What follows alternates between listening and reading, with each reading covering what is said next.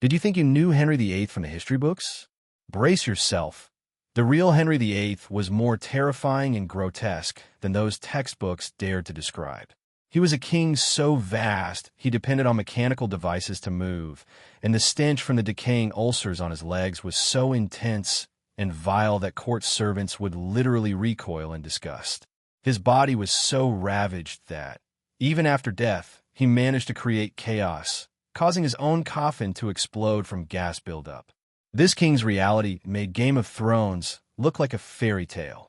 From his bizarre eating rituals and extreme paranoid security measures to the horrific psychological abuse of his wives and the grotesque physical reality of his final years, every aspect of his reign was terrifying.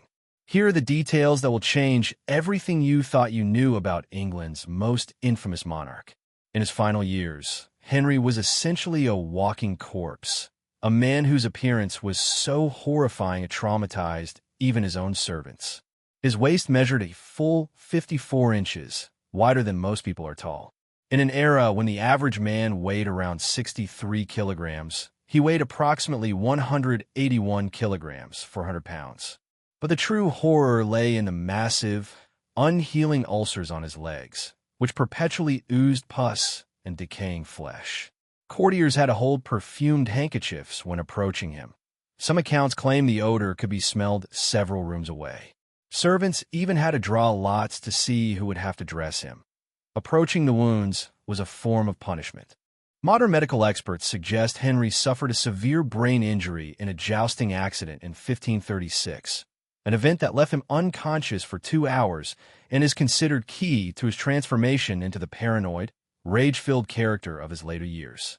It is also theorized that Henry suffered from a condition like Cushing's syndrome, which could explain the dramatic weight gain, mood swings, and non-healing leg ulcers. His own doctors feared him. Criticizing Henry's health was considered treason. This man, who claimed to rule by divine right, could not even control his own bowel movements in his final years. Court officials had to carry specialized chairs everywhere he went, as the king moved with difficulty from room to room. And this was the same man who would execute anyone who dared to look at him the wrong way. Everyone knows he had 6 wives and executed 2. But what happened to these women was far beyond a simple beheading. We are talking about psychological torture that would make modern serial killers envious.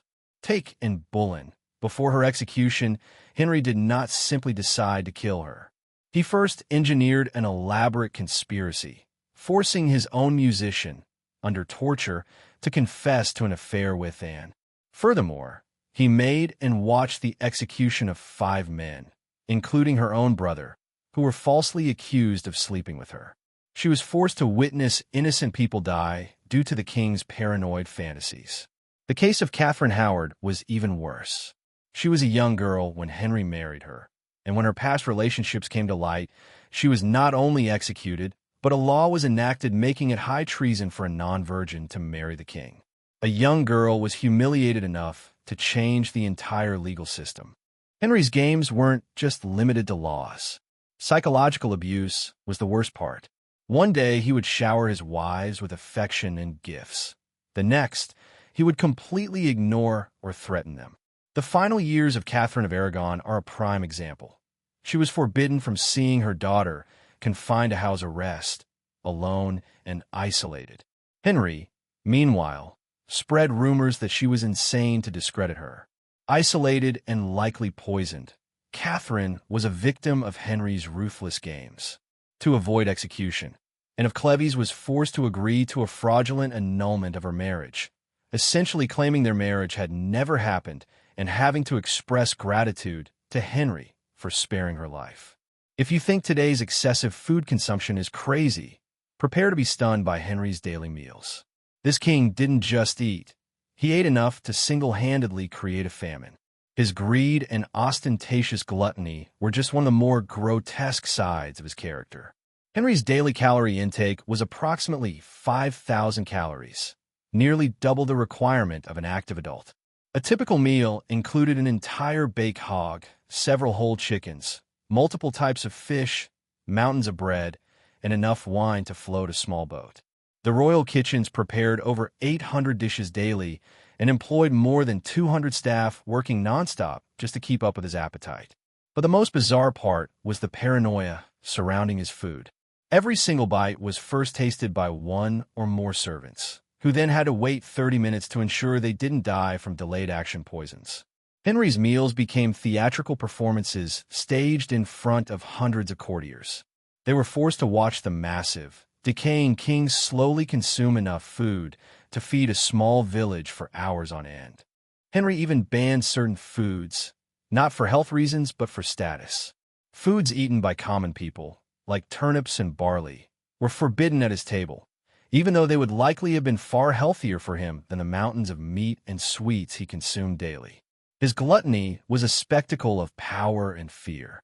Henry's paranoia was much more than a simple trust no one fixation. He effectively turned England into a modern surveillance state, where the kingdom became a stage for perpetual threats and conspiracies in his mind. In his final years, Henry was so convinced everyone was plotting against him that he turned royal life into a living nightmare for those around him. Sleep itself became a security threat. He kept loaded crossbows by his bed and multiple daggers under his pillow. But even this wasn't enough. Armed guards watched him in his bedroom throughout the night. The fear of assassination was so intense that closing your eyes became a risk in itself. The palace turned into a fortress of paranoia.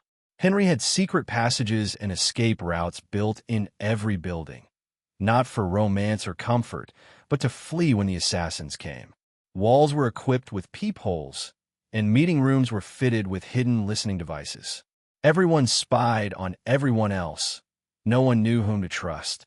In his final weeks, Henry was so obese and immobile that he couldn't walk. Servants had to carry him in a special wheeled chair. But the infected ulcers on his legs were so severe that pieces of decaying flesh fell from his body as the chair moved. Court officials had to follow behind with cloths to clean up the horrifying trail he left on the floor.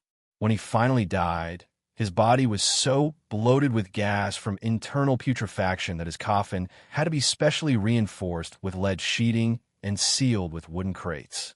But all precautions failed. During the funeral procession, as the coffin was being transported from London to Windsor Castle, the casket literally exploded. Gases escaping from the decaying royal remains burst the lead lining, spewing horrific odors into the funeral carriage. The procession had to stop as servants desperately tried to clean up the royal residue with buckets and cloths. And here is the detail you wouldn't want to see even in a nightmare. Dogs licked the royal remains that had seeped out of the coffin. The man who claimed to rule by divine right became a catastrophe even after death, a burial scene marked by unforgettable horror.